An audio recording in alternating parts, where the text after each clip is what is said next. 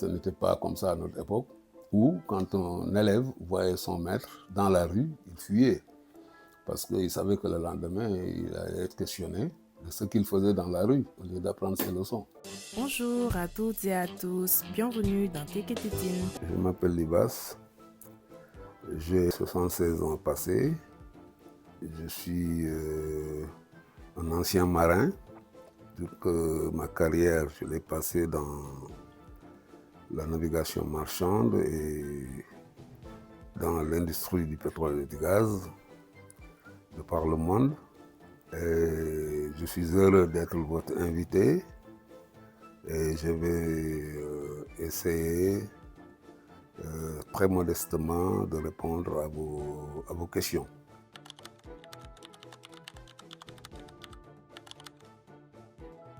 Dans mes souvenirs, je sais que je suis sorti d'une famille nombreuse, avec un père vraiment courageux, qui faisait tout pour satisfaire ses enfants du point de vue nourriture, du point de vue habillement, etc. Il n'était pas trop nanti, il était chef de garage, mécanicien.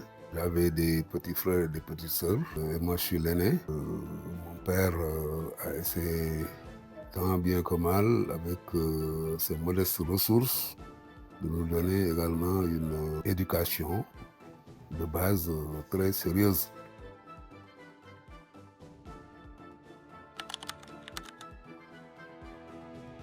Ouais, à mon époque, les parents conséquents, leur priorité c'était de donner à leur progéniture une bonne éducation de base. Une éducation, disons, occidentale et locale, et dans la religion. Faire apprendre le français et le Coran pour que ces enfants puissent bien être ancrés dans la religion musulmane, quand on était musulman, bien sûr.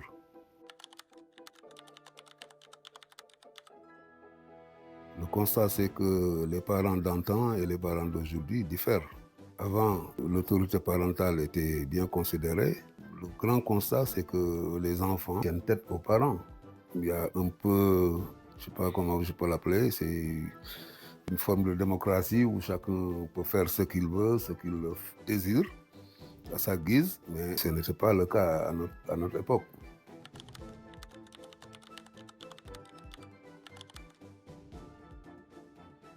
Je dirais d'abord que entre les deux époques, il y a un passage intermédiaire. Donc si je prends l'époque où j'étais jeune, mes parents ont tant bien que mal. D'ailleurs, actuellement, nous avons une forme de remerciement à leur endroit parce qu'ils ont fait de nous des hommes conséquents avec des responsabilités énormes. Alors, la période qui a suivi, c'est la période où je suis devenu parent, hein, comme mon père, et où j'ai cherché, avec mes moyens, à donner également à mes enfants une éducation de base excellente.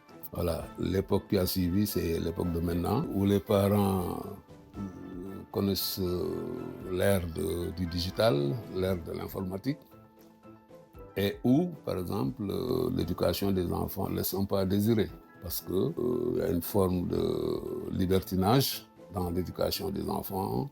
Les femmes ont droit à la parole, les hommes ne sont pas toujours les autorités de la famille. Donc voilà, ça change tout. Actuellement, on n'a plus le droit de taper sur un enfant à l'école. Le maître d'école, qui est une personne à qui on doit tout, hein, le maître qui a formé les présidents de la République, le maître qui a formé les ministres, le maître qui a formé les directeurs généraux.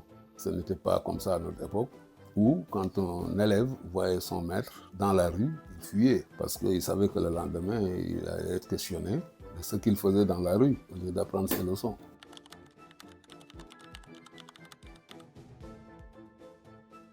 Voilà, c'est une question difficile, puisque les parents d'aujourd'hui diffèrent.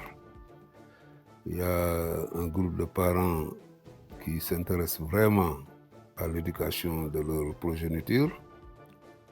Il y a un deuxième groupe qui partage l'autorité entre le père et la mère de famille. Et il y a un troisième groupe où ni le papa ni la mère ne s'occupent de l'éducation des enfants. Voilà, donc moi, c'est un constat que j'ai fait. L'autorité du père doit être toujours de mise, doit demeurer aujourd'hui, demain et après-demain. Mais également, vous savez, quand on parle de parents, il n'y a pas que le père. Il y a la maman également qui, de son côté, doit tout faire pour soutenir le père dans ses efforts d'éduquer les enfants. Et des fois même, en grande majorité, c'est la maman qui gère la famille, qui gère la maison, etc.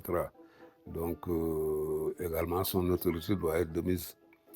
Voilà, donc ce que je conseille aux parents d'aujourd'hui, c'est de tout faire pour que leur progéniture soit une progéniture de valeur, que les enfants soient bien éduqués, qu'ils soient bien formés, et qu'ils soient au niveau actuel de la vie, c'est-à-dire qu'ils soient vraiment au niveau des nouvelles technologies, de l'éducation et de tout.